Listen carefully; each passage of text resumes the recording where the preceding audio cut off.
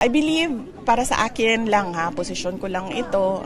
Of course, hindi ganito ang sentiment ng lahat ng mga tiga Office of the Vice President and ibang mga supporters, no.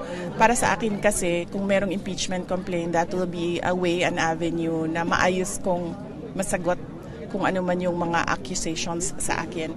Dahil meron kasing rules ang impeachment, no? So pwedeng sundan 'yon, and nalalatag ng maayos yung accusation tsaka yung sagot ng tao. It is ano ba? It is parang I'm trying to think of the word.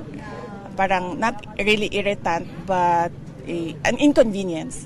It is an inconvenience dahil syempre kapag merong impeachment complaint, merong mga lawyers and of course merong support staff na kailangan i-hire at kailangan bayaran ng kanilang mga professional fees.